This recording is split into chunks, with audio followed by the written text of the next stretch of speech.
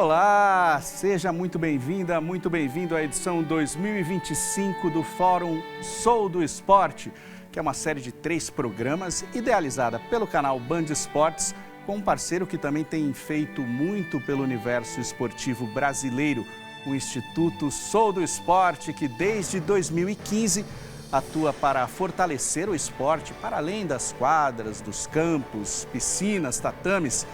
Discutiremos aqui questões essenciais que têm a ver com o presente e o futuro de atletas, treinadores, entidades, organizadores de eventos e o público em geral.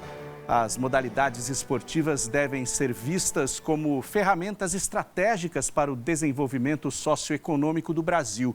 E só existe um caminho para nos tornarmos definitivamente uma nação esportiva: a boa governança e a transparência em todos os níveis de gestão, tanto nos governos quanto na iniciativa privada. Neste primeiro programa do Fórum Sou do Esporte, discutiremos o PIB do setor. Saber o quanto de dinheiro o mercado movimenta é essencial para o planejamento de verbas de incentivo, patrocínios, mídia, organização de eventos. Mas até meados deste ano não tínhamos informações precisas sobre esse montante. Este cenário mudou por uma iniciativa inédita capitaneada pelo Instituto Sou do Esporte.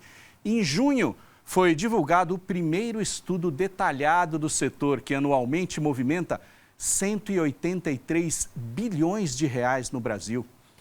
Para debater as questões que envolvem esse enorme mercado esportivo, tenho aqui ao meu lado Fabiana Bentes, fundadora e presidente do Instituto Sou do Esporte. Olá, Fabi, tudo bom? Olá, Maurício. Mais uma vez estamos juntos aqui.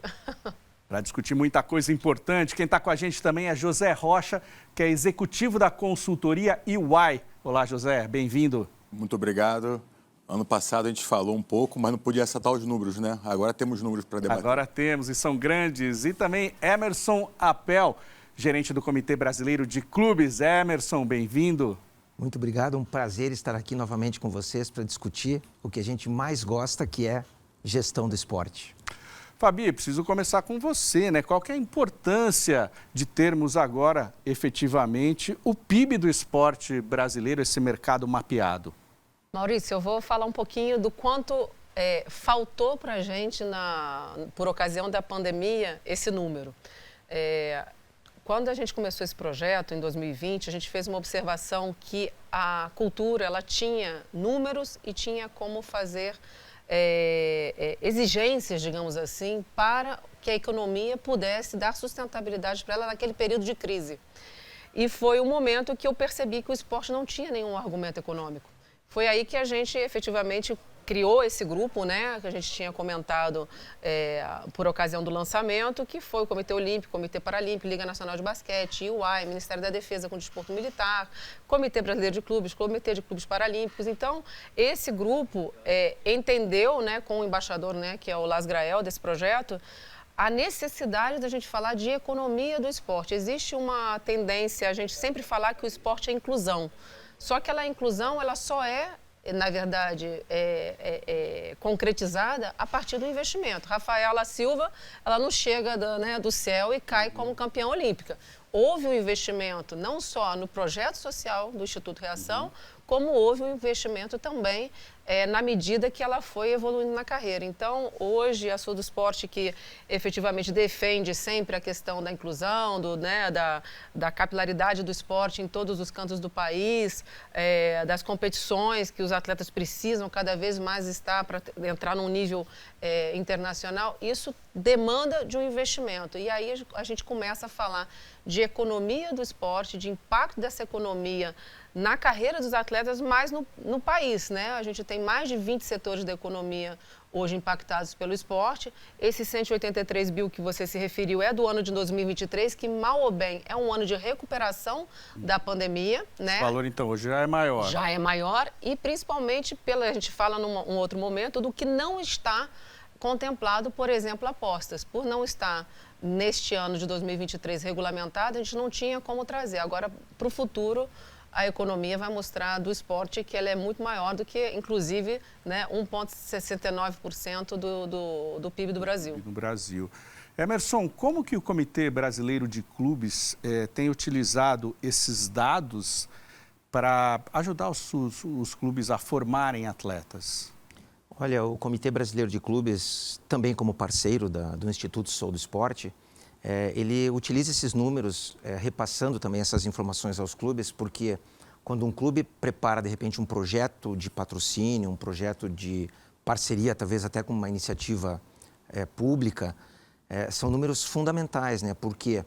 Porque dentro desses 1,69% do PIB, vamos analisar no macro, né? 11,7 trilhões que foi o PIB do país, desses 180 bilhões que é o PIB do esporte, os clubes, eles representam 4,41% desse PIB. Isso analisando as entidades que têm o Código Nacional de Economia, o CNAE, o Código Nacional de Economia, de Atividade Econômica, representam 4,41% desse PIB. Então, os clubes fazem muito, de forma considerável, parte desse produto interno bruto do esporte.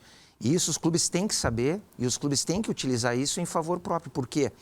Porque de nada adianta fazer um projeto apenas para, olha, socialmente, né, X crianças vão estar praticando esporte, ou projetos sociais ligados aos clubes, às entidades. Tudo isso é muito importante, mas tem que se falar de economia. Qual é o impacto que os clubes hoje têm em relação ao produto interno bruto e em relação ao PIB do esporte. Então, são dados importantíssimos que fazem com que os clubes tenham um norteamento para também captar esses recursos, tanto privados como públicos, para as suas entidades. E quando a gente fala nos clubes, a gente está falando tanto os clubes que se destacam na formação de atletas de alto rendimento, como aqueles, por exemplo, clubes menores, que não são voltados para o alto rendimento, mas tem um trabalho muito ligado à educação esportiva. Muito. Quando a gente fala de clubes, quando a gente fala de Comitê Brasileiro de Clubes, hoje o CBC ele tem 1.809 clubes filiados ao seu programa. Quando eu falo clube, eu falo instituto, associação, eu falo entidade de prática desportiva. E quando eu falo de clube, eu falo clube pequeno, médio e grande. Tem clubes como, a Fabiana comentou da Rafaela Silva, uma atleta do Clube de Regatas do Flamengo, que é uma potência olímpica. A gente fala também de Minas Tênis Clube, de Esporte Clube Pinheiros, Praia Clube, enfim, tantos outros clubes grandes. Mas a gente fala também de associação de canoagem lá do estado do Amapá, né, um clube de remo lá do estado do Acre, e que todos eles são contemplados, né, por esse programa do CBC e que também utilizam esses números em favor dos seus projetos. Quando a gente fala de que para cada R$1 investido em esporte, ele desencadeia quase R$13 no PIB, quando esse R$1 é de recurso público, e quando é privado, R$ 23,80, quase R$24, quando é recurso privado, esses clubes têm que usar esses dados em favor, para chegar junto aos seus poderes públicos estaduais, municipais, e também aos seus parceiros privados, e mostrar esses números. Olha o quanto de impacto nós temos no PIB em relação aos projetos daquela entidade. Então, isso é fundamental, o estudo é fundamental, e por isso que o CBC é parceiraço da Sou do Esporte, né? Para realmente buscar tudo isso em termos de consistência de dados, para que a gente possa fazer uma gestão mais efetiva. José, você e a EY estiveram à frente aí da busca por esses números, né, da comprovação de sua veracidade, do trabalho com esse enorme montante, é um desafio enorme, né? Quais foram os obstáculos até chegar a, de fato, um nível de confiabilidade suficiente para publicarmos aí o relatório do PIB do esporte? Perfeito. A gente falou, alguns pontos foram citados aqui, e vou começar a enumerar talvez 5 principais desafios, né, que a gente enfrentou. O primeiro deles foi a estruturação da metodologia, né? Metodologicamente, fazer um primeiro número é algo que é muito complexo, a gente precisa estar muito estruturado, né? E essa metodologia ela passa por um segundo dado que foi falado aqui, dados, informações. Como é que a gente compila tudo isso aí, né? De uma fonte de dados bem diferente, diversa, de uma série de informações. Então, a gente teve que entender um pouco, estruturar, fazer uma parametrização desses dados, né? E esses dados, eles foram mudando também em tempo de projeto, porque a gente achou que fosse de um lado, né? Acabou entendendo que talvez o caminho melhor não seria através de formulários, e sim através do CNAS. Então, a gente foi mudando um pouco a metodologia e essa mabialidade, né, essa forma de a gente trabalhar com vários fatores foi muito importante. O terceiro grande viés, foi um desafio grande, foi esse efeito multiplicador que você citou, né? Como é que a gente calcula isso? A gente tem um número de 183 bilhões, mas a gente tem certeza que esse número é até maior, né? Porque os eventos esportivos aí não são só o evento em si, ele tem as viagens, os gastos com hotéis, né? As passagens aéreas, os restaurantes se movimentam, né? E esse efeito multiplicador também foi algo que a gente conseguiu estruturar, só que é um desafio, né? Se a gente discutir sobre isso aqui, eventualmente o esporte ele é uma coisa que envolve paixão, ele vai ter algumas vertentes, então definir essa forma de olhar. O quarto grande viés é a informalidade, né? A informalidade do setor é uma coisa que, né, a gente falou de 3,2 milhões, né, de empregos gerados diretamente, mas o indireto também é relevante, né? Os ambulantes que você vê, né, as discussões, os MEIs da vida, né, tudo isso são relevantes para o esporte, só que também foi um desafio, né, definir esse perímetro. E o quarto, que eu acho que a gente está resolvendo agora... Quinto. É o quinto? O quinto, perdi aqui a conta. E o quinto grande bloco ali que a gente imagina que a gente também enfrentou é a série histórica, né? A gente comentou aqui que a gente não tinha esse base de dados anterior. E agora a gente tem, né? Tá aí um desafio, a gente conseguiu montar essa base histórica e agora a gente não pode perder, né? Então a gente precisa continuar esse processo, é um processo duro, é um processo que gera relevância, é um processo que gera não só impacto no esporte, para os atletas de alto nível, de alta performance, como também para os praticantes do dia a dia amadores, como também para a gestão esportiva, você comentou, né? Como é que a gente pode tratar, de fato, o esporte saindo da parte social para o esporte sendo profissional? Ele gera negócio, né? Ele gera valores econômicos relevantes. Foi isso que a gente achou. Complementando um pouco o que o Zé falou, essa questão da informalidade dos números foi muito notada nesse processo. Isso. E uma das coisas que a gente também não queria era meio que dar um tiro no pé nas modalidades, né? Então, todo mundo acreditou que a gente ia começar para falar das modalidades. E a gente não queria falar de uma modalidade em si em detrimento de outra. A gente queria falar do ecossistema do esporte. Então, você tem um massagista, que ele é o massagista da Confederação de Boxe, que pode ser o mesmo do futebol. Então, o CNAE, né, essa atividade econômica, ela é inerente a todas as modalidades, ela permeia de forma fluida todas essas modalidades, dos esportes olímpicos, dos não olímpicos, dos paralímpicos, do futebol, né, dos esportes de agroesportes, né, enfim, a gente tem uma fluidez nessa questão da atividade econômica em todas essas modalidades. Então, isso foi um grande ganho que a gente conseguiu dar um aspecto mais geral. Quanto à questão que o Zé também falou sobre essa questão da formalidade, o que a gente fez? Nós fomos muito conservadores. Nossa maior preocupação era não trazer ao público uma expectativa de PIB. Pode ser projetada se caso não. A gente quis realmente trazer o número que estava ali validado para a gente não ter contestação. Tá. E aí foi... Então seria o número, pelo menos isso aqui. Isso. Exatamente, 183,4 bi, que é pelo menos. Então, por exemplo, turismo esportivo. O turismo esportivo ele não é qualificado no Brasil, porque quando um estrangeiro chega para um jogo de futebol, para um campeonato, uma maratona do Rio, ele não é qualificado no momento que ele entra no Brasil, ou entra no hotel, ou entra naquele ambiente da maratona. O turista, ele pode ser qualificado como uma pessoa que vem para um show, então a gente precisa começar a qualificar esse turista. A questão das apostas, como eu comentei, não estavam, como é que se chama? Formalizadas ainda, regulamentadas, então a gente tinha dados aí, não vamos colocar aposta, a não ser que tivesse no balanço dos clubes, por patrocínio. Então, se estão no balanço, a gente considerou.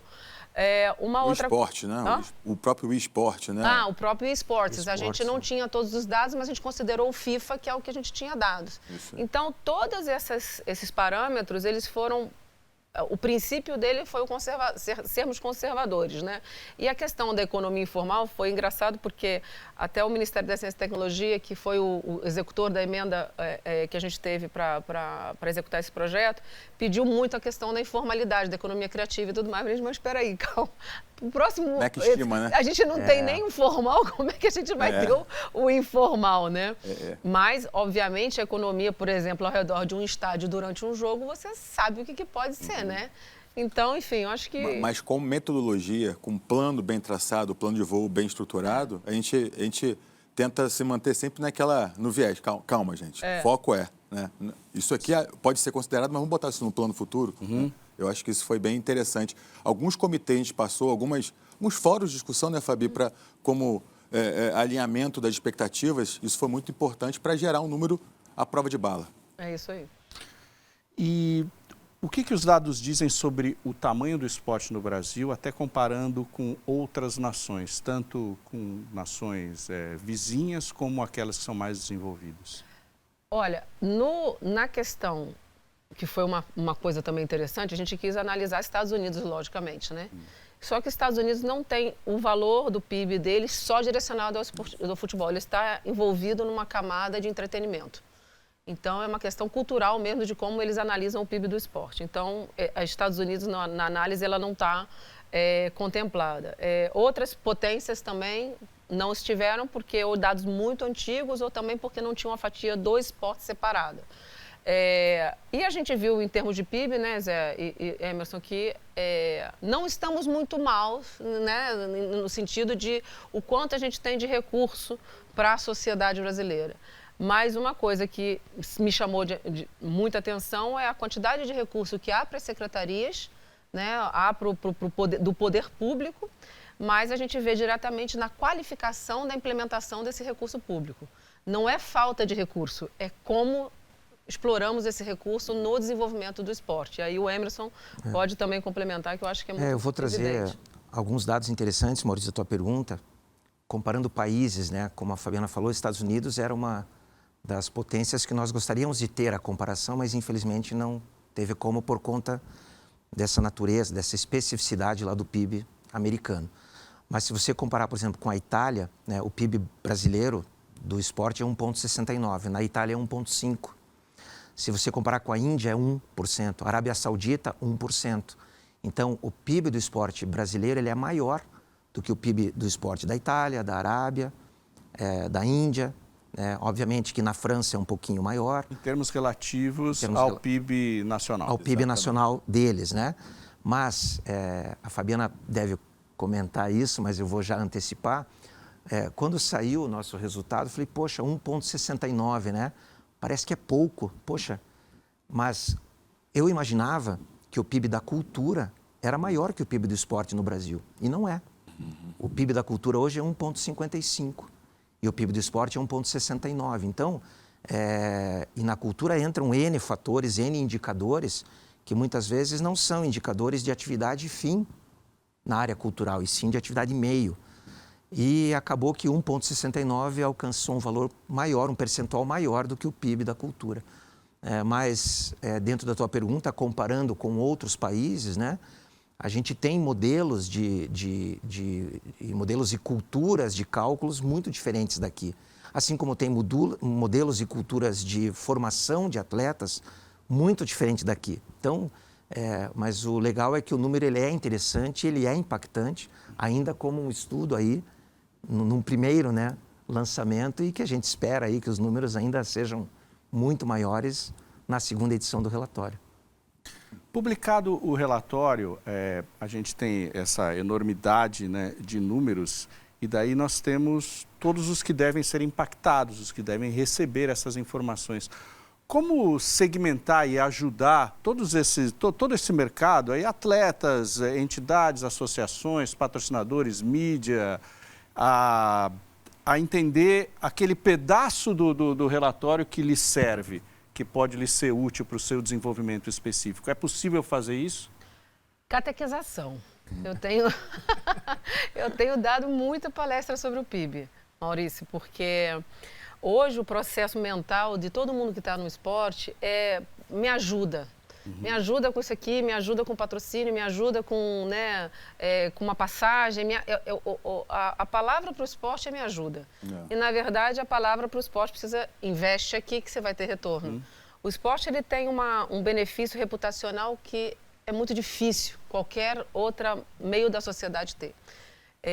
O atleta perdendo ou ganhando, ele tem aí uma vida útil de publicidade, de retorno, de imagem, de garra, ou seja, que é muito positiva para qualquer marca que invista no esporte.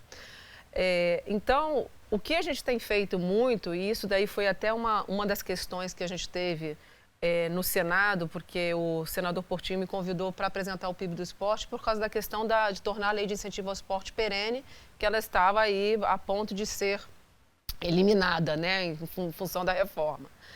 E uma das questões do que a gente sempre falava é que a lei de incentivo ao esporte beneficiava 15 milhões de atletas, 15 milhões. Ora, uma política social de um governo que talvez esteja interessado em formar de uma forma diferente o quanto ele investe, ele pode pegar, 15 milhões de pessoas, isso eu vou multiplicar por tanto, aumento o projeto social daqui, e ele não percebe, talvez, essa lei de incentivo ao esporte como um fator político. Mas quando a gente tem um argumento econômico, tudo que ele, eventualmente, o governo, seja municipal, estadual ou federal, pense em relação a políticas sociais, cai por terra.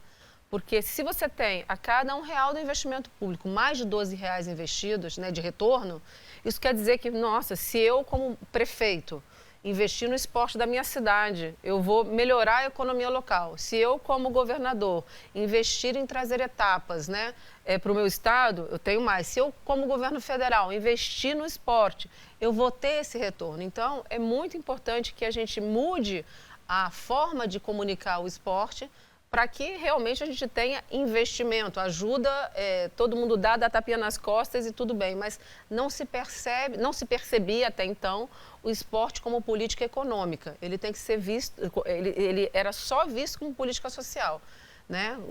Como a gente vai auxiliar com bolsa isso, bolsa aquilo. Não, essa bolsa isso, bolsa aquilo, bolsa atleta, lei de incentivo, etc., ela tem um retorno econômico para o país, que impacta mais de 20 setores da economia, né? Entre turismo, construção de quadra, indústria e etc. Então, como a gente muda a forma de comunicar o esporte no Brasil. Então, isso vai do atleta, vai do gestor, vai do próprio patrocinador, vai da área de marketing das confederações. Isso vai numa catequização, efetivamente, cultural de como a gente fala do esporte no Brasil. Um comentário rápido sobre essa parte da onde a gente deve sensibilizar com base nesse estudo, né? O letramento, muito bem falado pela essa catequização, a evangelização do setor como um todo, e trocar o pires na mão, que é que sempre passa, né? Por, de fato, mostrar o retorno financeiro com números. É natural que normalmente esses grandes projetos, esses grandes investimentos vêm de ex-atletas, porque eles sabem que ali tem retorno, né? Mas até na forma de falar, você fala que era a forma de retribuir o que o esporte me deu. Não é isso. Ganha dinheiro, né? Tem dinheiro na mesa. Além disso, essa questão das políticas públicas, né? Elas precisam trabalhar melhor, e acho que o número ele reforça isso, né? Trazendo discussões mais estruturadas e estruturantes que vão dar esse retorno que o esporte ele promete e cumpre, né? Pelo número que a gente trouxe. Não é à toa. E outra coisa importante, né? A gente mistura muito o esporte como o futebol. O futebol é importante, ele está ali dentro, está inserido, né? Mas ele é muito além disso, né? Você acompanha o ciclo olímpico, e o ciclo olímpico, o tamanho do impacto que os atletas que chegam lá, eles geram para a gente, né? E você, Anderson, o Emerson, acompanha isso no dia a dia. Então, eu acho que esse letramento em todas as esferas, eu acho que é muito importante. Isso aqui é um letramento, né? A gente está falando com um volume de pessoas enorme que vão entender um pouco do que esse número pode gerar como novos negócios. Fazendo um parênteses do que o Zé falou, a questão do lazer. Perfeito. Dentro do estudo é metade, né, Zé? Metade. Entendeu? O que é dedicado à parte de lazer. Não é o esporte olímpico de alto rendimento, não é o futebol, é o lazer, as academias, as maratonas, os eventos. Para vocês terem uma ideia, dentro desse estudo, só tem 3 eventos que a gente conseguiu dados. O Rio Open, a WSL e a Stock Car.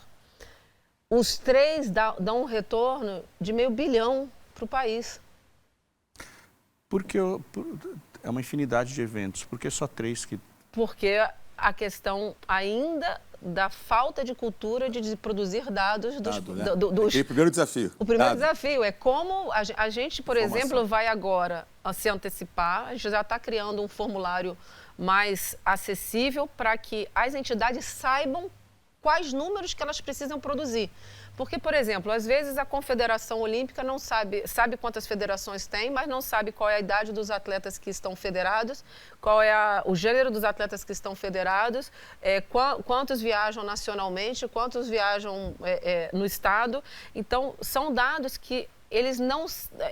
muitos gestores no país, não digo só as confederações, mas assim, de diversos campos, não sabem nem que tipo de dado produzir idealmente. Quando o Instituto pede informações, por exemplo, para a Maratona de São Paulo ou a Maratona do Rio de Janeiro, tá?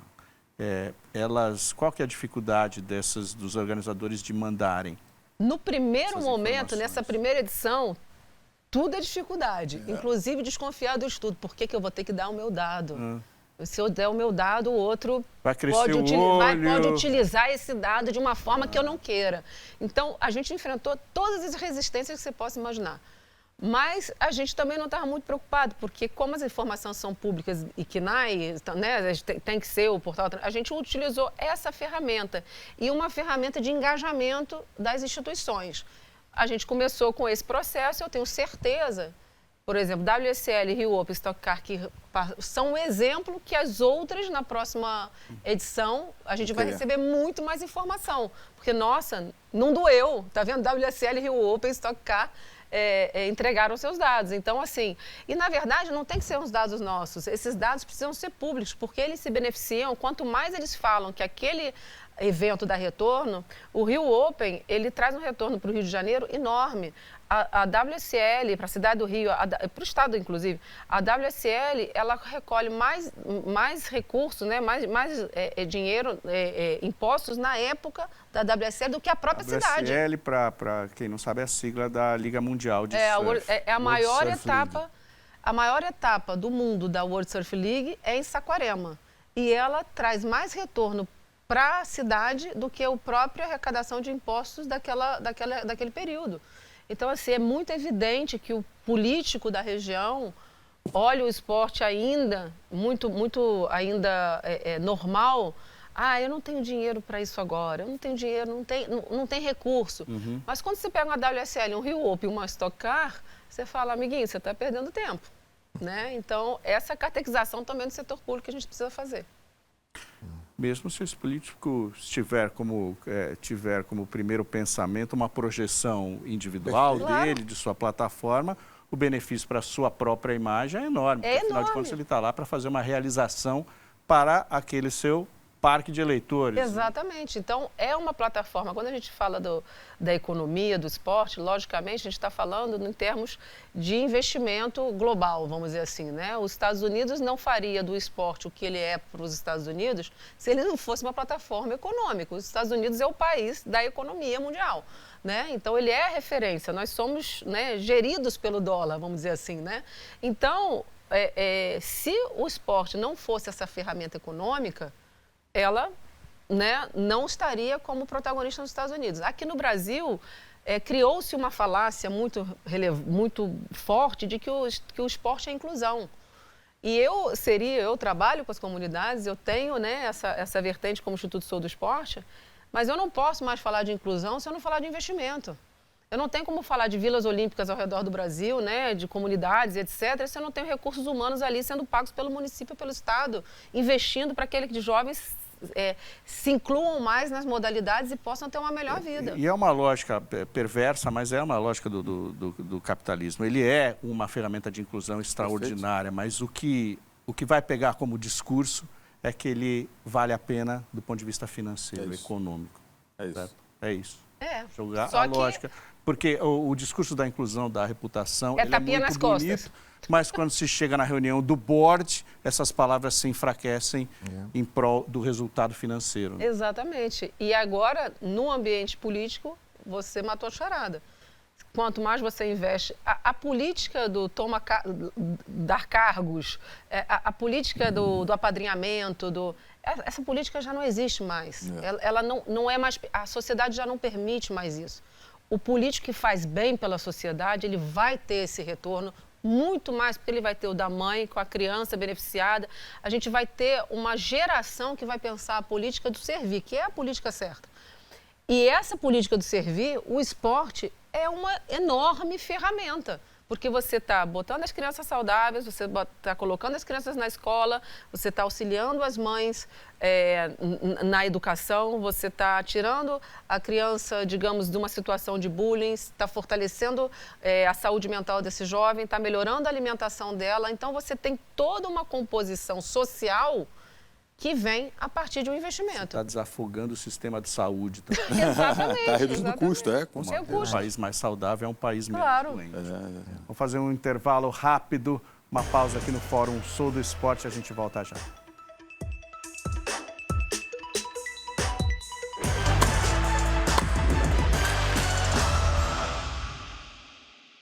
Estamos de volta aqui ao nosso Fórum Sou do Esporte, discutindo o PIB desse setor no Brasil. Temos um relatório desde junho que mapeia todo o investimento, mas os dados são de 2023, ou seja, tem um mercado aí que cresceu demais nesses últimos 2 anos, incrementando esse montante, que é o mercado de apostas, Emerson. A lei foi assinada em dezembro de 2023, a lei 14.790, e ela prevê um percentual de todos os produtos de arrecadação. A lei chama-se Jogos de Apostas de Cotas Fixas, né? E ela traz, dentro daquele gaming growing, né, um percentual para diversas camadas da sociedade, dentre elas o esporte. Então a gente percebe que o produto da arrecadação das bets, ele é gigante, porém não existe ainda uma regulamentação específica de controle desses valores. Sabemos hoje que são 89 CNPJs que foram aprovados pelo Ministério da Fazenda para operarem legalmente no país, que gera mais ou menos 186 marcas, né? Porque às vezes um CNPJ tem 2 ou 3 marcas, né, no mercado.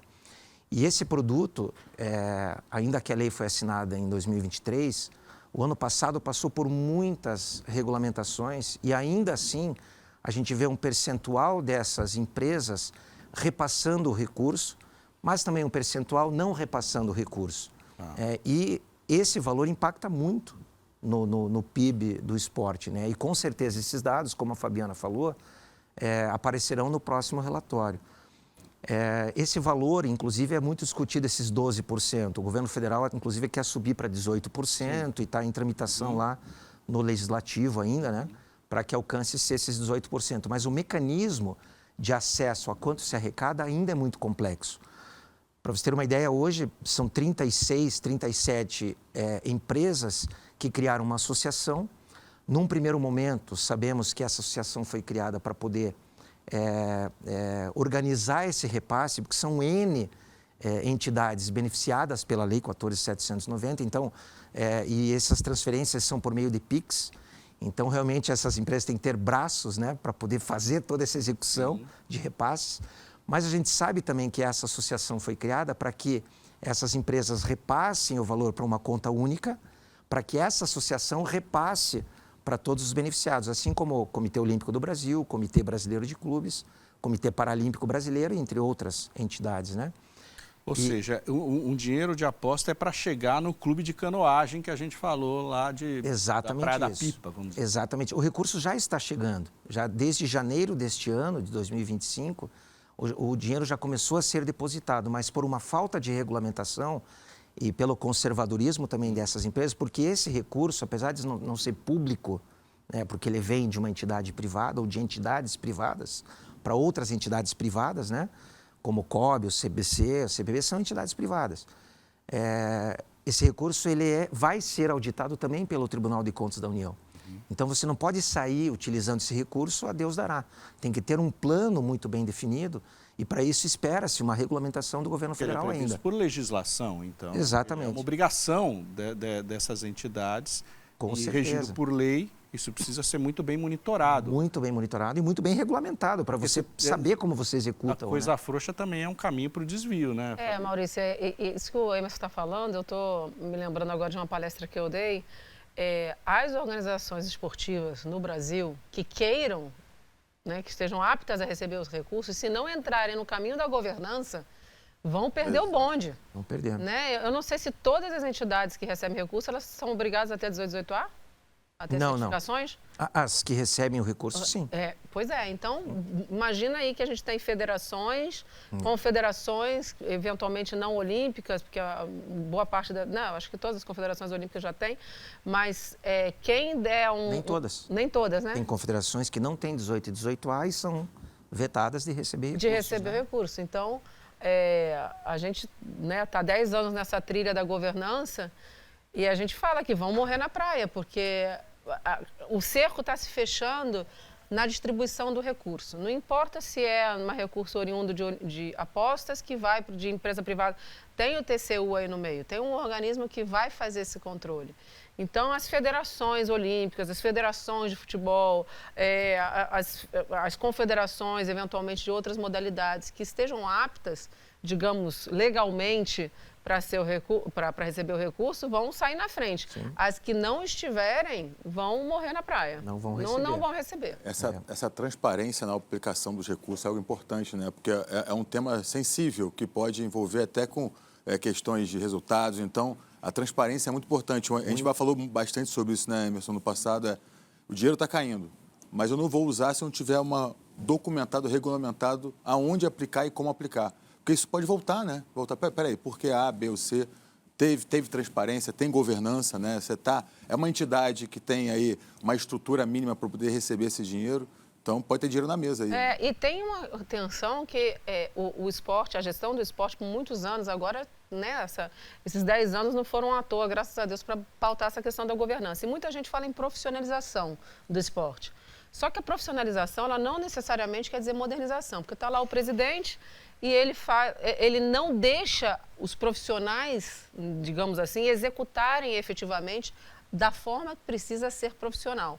Então, eu sempre falo do princípio de modernização dos processos. Então, você tem que colocar o seu conselho, o seu diretor, o seu CEO, o que for, a estrutura profissional que ele quiser, mas com uma independência necessária para que ele possa agir com profissionalismo, porque não vai ter perdão. O recurso da aposta vai ser um recurso muito alto, vai surtir um efeito no TCU de levantar as orelhas para caçar o problema. A gente tem aí no meio desse caminho, que eu acho que é o âmbito negativo da questão dessas apostas, está a questão de manipulação de resultados.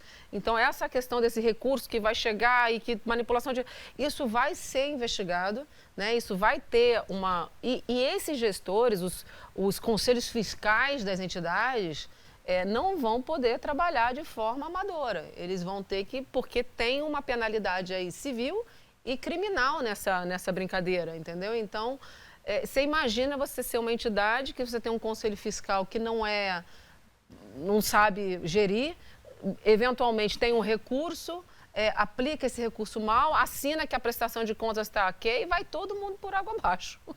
Depois da lei ter sido assinada, em dezembro de 23, foram constituídas 2 SPAs, 2 Secretarias de Prêmios e Apostas, uma dentro do Ministério do Esporte, uma dentro do Ministério da Fazenda, né? Giovanni Rocco Neto é um dos secretários. No Ministério do Esporte, e o Regis Dudena é o secretário no Ministério da Fazenda. E de lá para cá foram 10 ou 12 portarias que já saíram com o objetivo de regulamentar esses repasses. Mas uma portaria interessante foi agora, no começo de outubro, que o Ministério do Esporte publicou que a execução desses recursos devem seguir basicamente a execução dos recursos previstos na Lei 13.756, que é a lei das loterias. Então, para nós, enquanto entidades beneficiadas, isso é importante, esse norteamento é importante, mas ainda é muito incipiente. Para vocês terem uma ideia, por exemplo, os comitês, eles recebem parte desses recursos. As confederações recebem também a título de direito de imagem de atleta. Agora, olha como é difícil você mensurar isso. Algumas confederações já recebem. A CBV, Confederação Brasileira de Voleibol, recebe. A Confederação Brasileira de Basquete recebe. Né? A CB Surf recebe. E olha como é que funciona isso. Eu aqui, enquanto apostador, com o meu celular, né, apostar num atleta de basquetebol do campeonato turco, seja ele qual atleta, esse valor que eu apostei, a confederação aqui no Brasil tem direito a um percentual desse valor. Mas esse valor tem que ser repassado pela confederação a título de direito de imagem. Mas quem que é o atleta? Qual é o clube? Qual é o país que foi feita essa aposta? Então, como que você vai mensurar e como que você vai criar critérios para repassar esse recurso? Eu vou apostar num atleta de voleibol do campeonato japonês, né? E a Confederação Brasileira de Voleibol recebe, pela lei, um percentual desse recurso. Vai ter que ter um fundo, né? Um fundo para... Com certeza. Então, essa é uma discussão entre o Comitê Olímpico do Brasil, o Conselho dos Comitês. Hoje existe um conselho dos 6 comitês, do COB, do CPB, Comitê Paralímpico, CBC, CBCP, que é o Comitê Brasileiro de Clubes Paralímpicos, a CBDE e a CBDU, que é a Confederação Brasileira do Desporto Escolar e do Desporto Universitário. Então, existe um conselho desses 6 comitês que tem pautas, né, importantíssimas, mas uma delas é como que esse recurso vai ser utilizado e como que as confederações olímpicas e as vinculadas ao COB também vão utilizar-se desses recursos advindos dessas apostas. Quer dizer, é um tanto quanto complicado, né? Mas eu sou muito entusiasta assim, de que realmente uma regulamentação irá ser mais efetiva em relação a tudo isso. Olhando para frente, o que o relatório do PIB do esporte, ele pode... Em quais pontos ele pode ser aprimorado, né, a partir de agora? Nós temos essa pedra fundamental, mas o cenário muda, muito dinâmico. Ano a ano, as coisas novas, até novos esportes aparecem, né? Como é que a gente vai trabalhar daqui para frente em relação ao PIB? Perfeito. Essa parceria que a gente fez, né, e gerou esse primeiro número, ela está sendo reestruturada. A gente está fazendo agora, olhando para frente, para 2024, 2025, né, e talvez 2026. 2026 para 2025. Para sair um outro relatório em? 2026. Relacionado a 2025, a esse ano. Exatamente, E a ideia é pegar isso, começar a ter essa base histórica, né?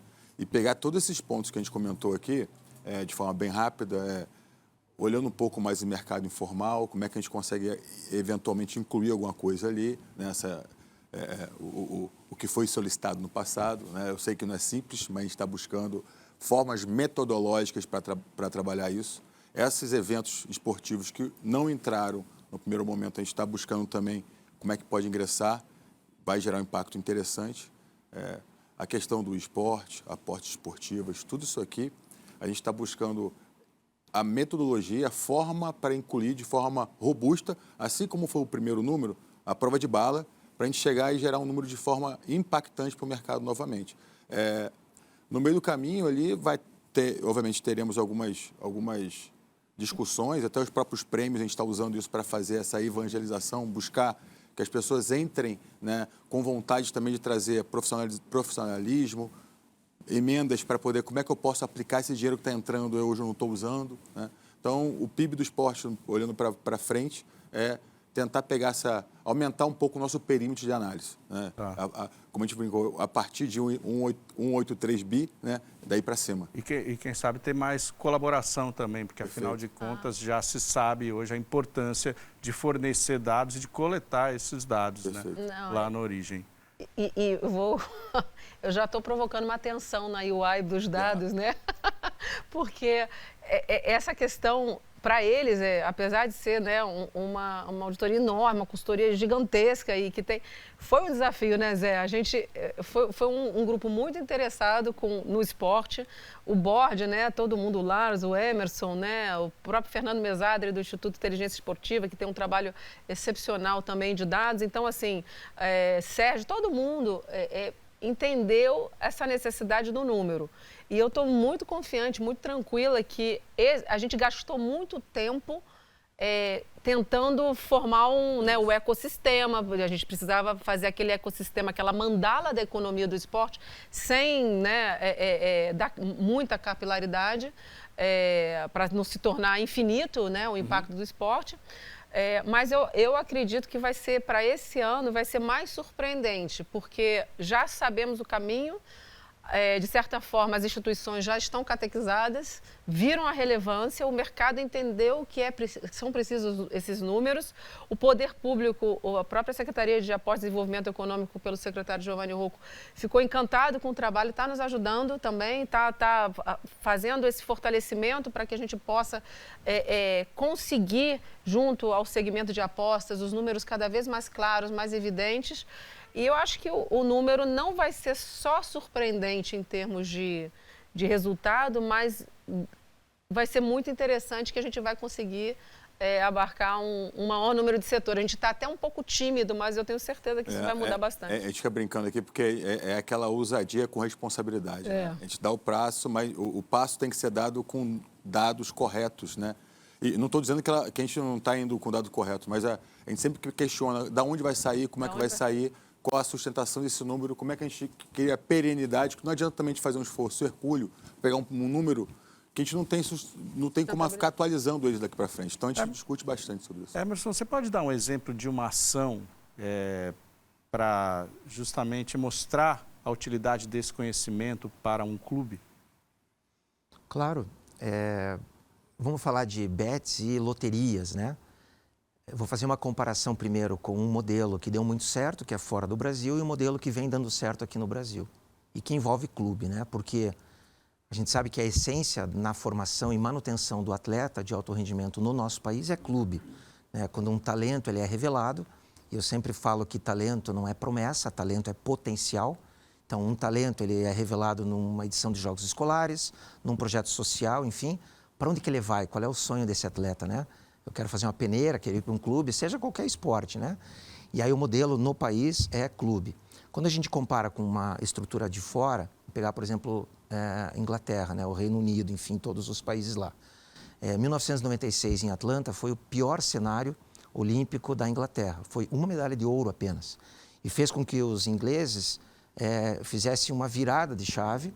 E como é que a gente vai poder investir no esporte para que a gente não passe esse carão que nós passamos em Atlanta?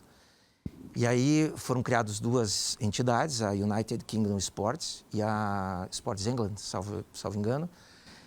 E a United Kingdom Sports, ela cuida da parte de alto rendimento, de manutenção de atletas. E a outra entidade da parte de esporte de formação, social, esporte para toda a vida, enfim. E eles passaram a utilizar muitos recursos lotéricos e também de apostas.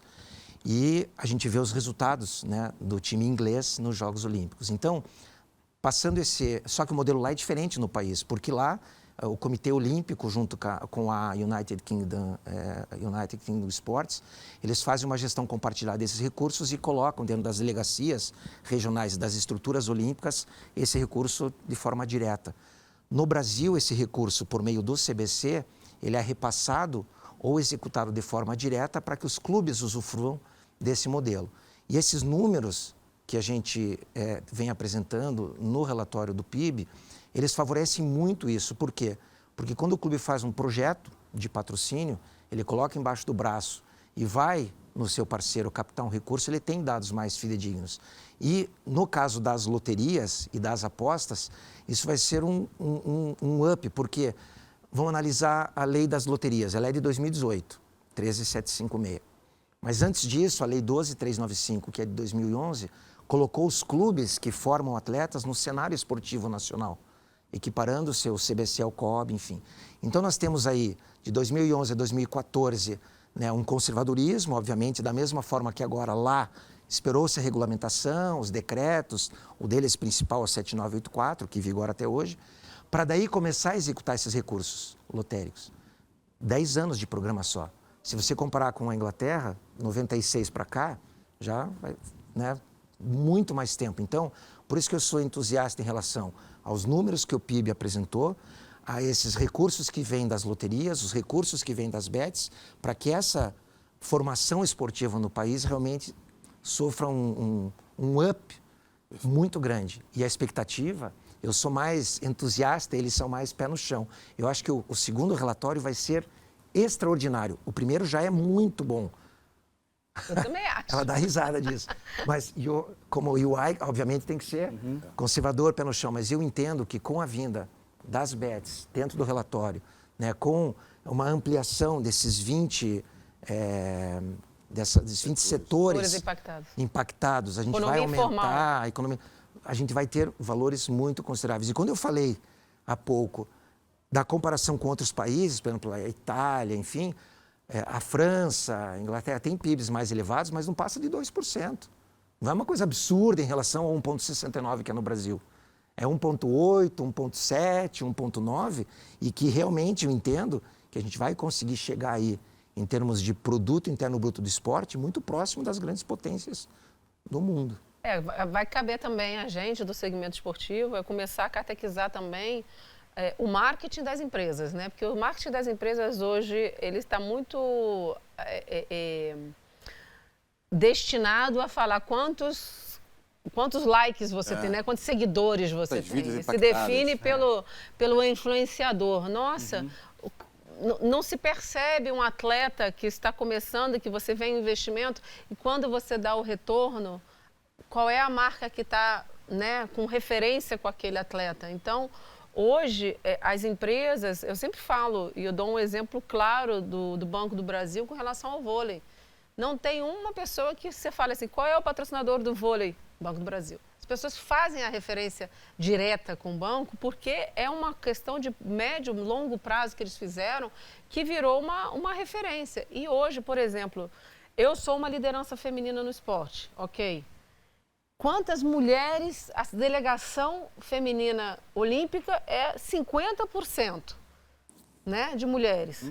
Quais são as empresas, que eu chamo a atenção aqui para as empresas que se relacionam com as mulheres, quais são as empresas que se dedicam à questão da mulher que estão dentro do esporte? Quase nenhuma. Isso é um dado importante. Não se vê a empresa, o produto relacionado à mulher, né? Uma maquiagem, um absorvente íntimo, um shampoo, uma roupa, se vê muito pouco com relação à estrutura feminina mesmo, né? E a gente não vê essas marcas no esporte. Por quê? Fábio, mas você deu um exemplo de um banco estatal, né? A gente tem exemplos de empresas privadas também nesse caminho de sucesso. De médio e longo prazo, não tem muitas, não. Por quê? Porque há essa questão do... o Brasil é assim, primeiro social. Você ganha medalha e depois eu invisto em você. Né? Antes, essa percepção que precisa mudar. O que eu falo, eu dou o exemplo da Rafaela Silva, porque a Rafaela Silva é inclusão social e é medalhista olímpica, né? E a gente tem tantos outros exemplos no país. Mas qual é a percepção que elas têm de retorno, de imagem, reputação e etc., que não necessariamente esteja associada à inclusão social? Não, perfeito. Nenhuma. Perfeito. A mulher, é o que eu falo, hoje nós temos 50% da delegação olímpica de mulheres. Cadê as marcas com as mulheres? Cadê as marcas com as mulheres? Hein? Essa pergunta encerrando o nosso programa de hoje. A primeira delegação olímpica que ultrapassou o número de mulheres em relação aos homens. Exatamente. 51, 49%. É isso. O Emerson sempre mais... Eu mas quis dizer a mesma coisa. Né? Mas é isso. Chegamos ao final desse primeiro programa do Fórum Sou do Esporte, que discutiu o PIB desse setor no Brasil. Agradeço Fabiana Bentes, fundadora do Instituto Sou do Esporte, Emerson Apel, do Comitê Brasileiro de Clubes, e o José Rocha, da consultoria EY. A gente fica por aqui, a gente aprendeu que o esporte é um setor econômico poderoso. E no próximo programa do Fórum a gente vai falar sobre tecnologia do esporte. Antes de a gente se despedir, um lembrete. O Fórum Sou do Esporte volta na semana que vem, então no mesmo horário, tá? Para falar sobre esse assunto tão importante que é justamente como a tecnologia pode ajudar no desenvolvimento. Está ajudando e pode ajudar ainda mais no desenvolvimento do esporte no Brasil. Tudo isso em preparação do grande evento, que é o 10º Prêmio Sou do Esporte, que vai acontecer no dia 9 de dezembro. Sabe aonde? No Copacabana Palace, chique, hein? A gente vai estar lá e, claro, com transmissão ao vivo aqui no Band Esportes. Muito obrigado, até a próxima, tchau, tchau.